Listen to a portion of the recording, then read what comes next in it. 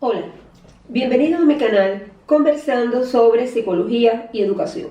Soy Viviana Lázara González Maura, doctora en psicología especializada en el área educativa. Hoy conversamos sobre el papel del psicólogo en la orientación profesional. En el video anterior centramos la atención en las etapas a través de las cuales transcurre la orientación profesional, entendida como un proceso educativo que se desarrolla a lo largo de la vida y que tiene como objetivo esencial potenciar la autonomía de la persona en la toma de decisiones profesionales, tanto en el momento de la elección, como de la formación, como el desempeño profesional. Y en el que participan en calidad de orientadores profesionales diferentes agentes educativos, psicólogos, profesores de diferentes niveles de enseñanza, profesionales en ejercicio, empleadores y por supuesto la familia. Hoy el centro de atención será ¿cuál es el papel del psicólogo en la orientación profesional? Antes de centrarnos en el papel del psicólogo en la orientación profesional, es importante destacar dos características esenciales que tiene la participación de los diferentes agentes educativos en el proceso de orientación profesional. Y es el hecho de que esta participación es coordinada, pero al mismo tiempo diferenciada. Es coordinada en el sentido de que exige un trabajo en equipo. Cada uno de los agentes educativos tiene un papel determinado en este proceso, pero todos tienen un objetivo esencial: potenciar la autonomía de la persona en la toma de decisiones profesionales. Pero en este trabajo en equipo, la participación de cada uno de ellos es diferenciada, porque cada uno lo hace desde su rol profesional. Quiere esto decir que cómo participa el profesor es diferente a la participación del psicólogo y no pueden ser intercambiadas, porque cada uno tiene sus responsabilidades en este proceso. Para comprender la participación de los diferentes agentes educativos como orientadores profesionales, veamos el ejemplo de cómo ésta se realiza en la segunda etapa de la orientación profesional, que es la que tiene lugar en la etapa en la secundaria y el bachillerato, y que tiene como objetivo esencial potenciar la elección profesional responsable. ¿Cómo participan los profesores de secundaria y bachillerato? Estos profesores están especializados por área de conocimientos, son profesores específicos de diferentes asignaturas. Por tanto, ellos pueden ayudar al estudiante en la identificación de intereses cognitivos y de habilidades que ellos observan en sus asignaturas. Es decir, todo profesor de secundaria y bachillerato es capaz de identificar quiénes son los estudiantes que les gusta la asignatura y que se les da bien, es decir, que tienen habilidades en su desarrollo. Por otra parte, pueden ayudar a los estudiantes en vincular sus asignaturas con las profesiones, es decir, qué tipo de profesiones, sean técnicas o universitarias, se vinculan con el área de conocimientos en la cual se inserta estas asignaturas. Y también pueden ayudarlos es decir, asesorarlos en qué herramientas puede utilizar para la búsqueda de información profesional. Es decir, qué información buscar, dónde buscarla y cómo buscarla. Por otra parte, los profesores de centros de formación profesional y universitarios, así como profesionales en ejercicio y empleadores, pueden ayudar a los estudiantes brindándoles información acerca de cuál es el escenario de formación y de desempeño profesional. Y esto se realiza a través de dos actividades fundamentales, o sea, la organización, por ejemplo, de charlas, encuentros, conversatorios en los centros educativos, donde los profesionales en ejercicio, los empleadores, los profesores de centros técnicos y universitarios van a las escuelas y conversan con los estudiantes acerca de en qué consiste este escenario de formación profesional y cuáles son las características, las exigencias del desempeño profesional. Importante es que en esta charla se produzca un intercambio. Los estudiantes previamente informados acerca de qué se estudia en estas carreras, pues ya van con preguntas concretas para poder enriquecer la información que deben tener acerca de estas profesiones. Y la otra actividad son las visitas, estancias de los estudiantes en centros de formación profesional, universidades y en centros laborales, de manera de conocer de una manera ya mucho más directa en qué consiste el trabajo en estos centros laborales o cómo se desarrolla el proceso de formación profesional en los centros educativos de nivel superior. ¿Cómo participa la familia en la orientación profesional, brindándole apoyo emocional a los jóvenes, conversando con ellos, teniendo una comunicación dialógica donde no se imponen criterios, sino que se escucha al estudiante, se aconseja, pero siempre respetando sus criterios y conociendo que en última instancia la decisión es una decisión personal del estudiante. Es importante que la familia colabore con el centro educativo, porque la familia puede ser un eslabón importante, un nexo importante entre la escuela y el mundo laboral, porque en la familia encontramos en los padres representados diferentes profesiones, técnicas o universitarias. Ellos pueden colaborar también en el acercamiento del estudiante al mundo profesional. Por otra parte, los psicólogos, pedagogos encargados de la formación de los profesores y de todos los agentes educativos en cuál es su rol en este proceso de orientación profesional, puede ayudar a la familia en cómo lograr esa comunicación dialógica con los estudiantes y también en informarles acerca de cuáles son las diferentes profesiones que existen y en las cuales el estudiante se encuentra buscando información para tomar una decisión. ¿Y cómo participa el psicólogo? Y ahora ya nos centraremos en el objetivo esencial de este vídeo, que es la participación del psicólogo en el trabajo de orientación profesional. El psicólogo es el profesional especializado que puede propiciar el desarrollo de los recursos personales del estudiante que garanticen una elección profesional responsable. Si me refiero al desarrollo del autoconocimiento. Es decir, el psicólogo, cuando trabaja con el estudiante, puede profundizar en qué tipo de motivación está orientando la elección de la profesión. En videos anteriores analizábamos que hay motivaciones que son de tipo intrínsecas, es decir, motivaciones que están orientadas por intereses cognitivos que ya tiene el estudiante o profesionales si ya lo tienen definido hacia una profesión, pero hay otros tipos de motivaciones que son ajenas al contenido de la profesión, motivaciones extrínsecas como querer complacer a los padres o no tener una decisión y entonces tomar la decisión de los amigos. Entonces es muy importante que el estudiante pueda reflexionar y conocer qué tipo de motivación están orientando su elección de la profesión, que conozcan la importancia de una motivación intrínseca, de elegir una profesión a partir realmente de intereses cognitivos o profesionales definidos, y cómo se relacionan con sus aspiraciones, con sus aptitudes, con sus habilidades. Por otra parte, el psicólogo va a trabajar en cómo potenciar el desarrollo de la reflexión crítica. La reflexión crítica es muy importante porque recordemos que en el proceso de elección profesional hay 3 fases. La primera fase, que es la fase informativa, donde el estudiante busca información sobre las distintas opciones profesionales a las que puede acceder y sobre sí mismo. Una segunda fase de reflexión, donde el estudiante entonces va a analizar cómo se corresponden sus características personales con las exigencias y características de las diferentes profesiones.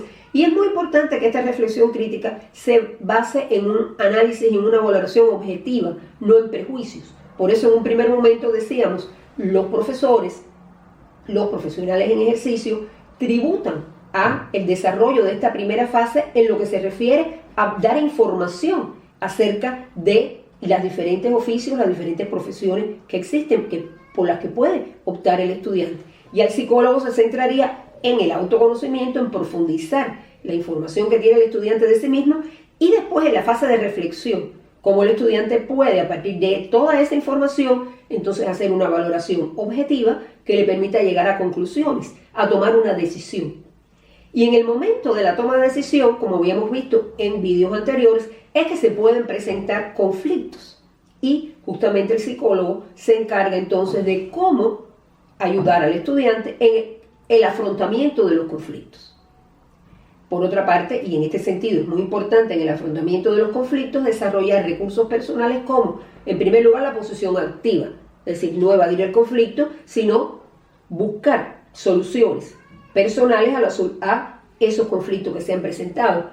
La flexibilidad, la perseverancia, esta reflexión crítica, todo esto ayuda a que el estudiante pueda tomar una decisión que sea propia, una decisión pensada, sustentada en criterios objetivos y que les permitan entonces elegir responsablemente la profesión y como consecuencia potenciar la autonomía en la toma de decisiones profesionales.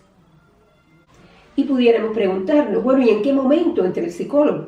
Muchas veces existe la creencia de que el psicólogo solamente entra en acción cuando el estudiante tiene un conflicto. Si el estudiante no manifiesta conflicto, pues no necesita de la orientación del psicólogo. Y esto es un error, porque el psicólogo trabaja tanto en una función preventiva como en una función remedial. Quiere decir, en una función preventiva es cómo trabajar en potenciar los recursos personales del estudiante para la toma de decisiones antes de que surjan los conflictos. Y esto tiene una función educativa, es decir, ayudar a los estudiantes a afrontar los conflictos, cómo se afrontan esos conflictos antes de que los conflictos surjan. Pero también tiene una función remedial cuando acuden a la consulta estudiantes que no han recibido orientación profesional, ya tienen que elegir y entonces necesitan una ayuda. Pero en ambos casos, sea una función preventiva o remedial, siempre se cumple una función educativa, porque el objetivo esencial es ayudar al estudiante a potenciar sus recursos personales para una toma de decisiones profesionales responsables. Y la otra idea es que la atención psicológica siempre es una atención personalizada, porque estas situaciones son situaciones individuales que presentan los estudiantes. Y aunque el psicólogo pueda trabajar en talleres, pueda trabajar de forma grupal, en orientación psicológica a los estudiantes de cómo afrontar los conflictos profesionales, siempre va a estar trabajando sobre la base de la individualidad, es decir, una atención personalizada.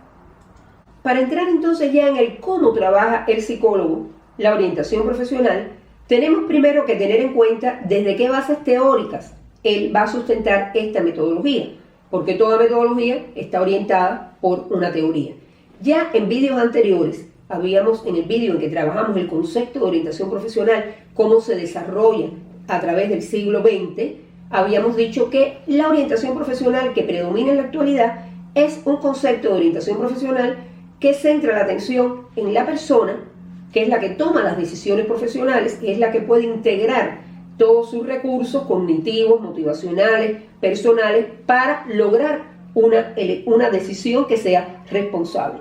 Y en esto nosotros nos basamos en la psicología humanista. De la psicología humanista tomamos dos conceptos esenciales, el concepto de autonomía y el concepto de facilitación.